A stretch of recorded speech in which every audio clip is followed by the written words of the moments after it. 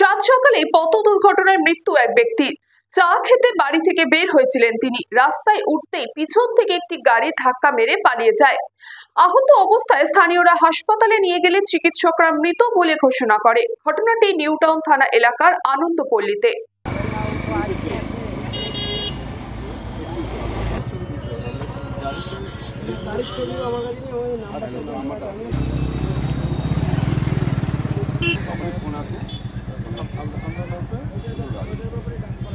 সকালে হয়েছিল, উনি প্রতিদিনের ন্যায় আজকে ভোর 5টা 20 বা 25-এ উনি চা খেতে বেড়ায়।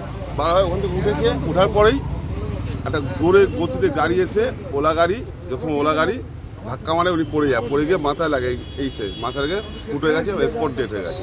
অনেকটা বেঁচেছিল, আর সামনে ছিল এই তুলেছিল, তোলার পরে অনেকটা বেঁচে ছিল, তারপরে মরে গেছে। তার পুলিশ এসছে, পুলিশ খবর এসছে। আমাদের প্রিয় আমাদের অসুস্থ থানা 5 নম্বর ওয়ার্ডের কাউন্সিলর সঙ্গে সঙ্গে খোঁজ পেয়ে এসেছে। সারাক্ষণ ছিল, যেটুকু সহযোগিতা করেছে।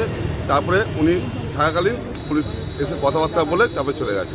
গাড়িটা ধরা পড়েছে, গাড়িটার নাম্বারটা একজন পথচারী হাঁটছিল, সে ছবিটা তুলে গেছে। গাড়িটার নাম্বারটা আছে WB 19J3110 গাড়ির নাম্বার, ওলা গাড়ি।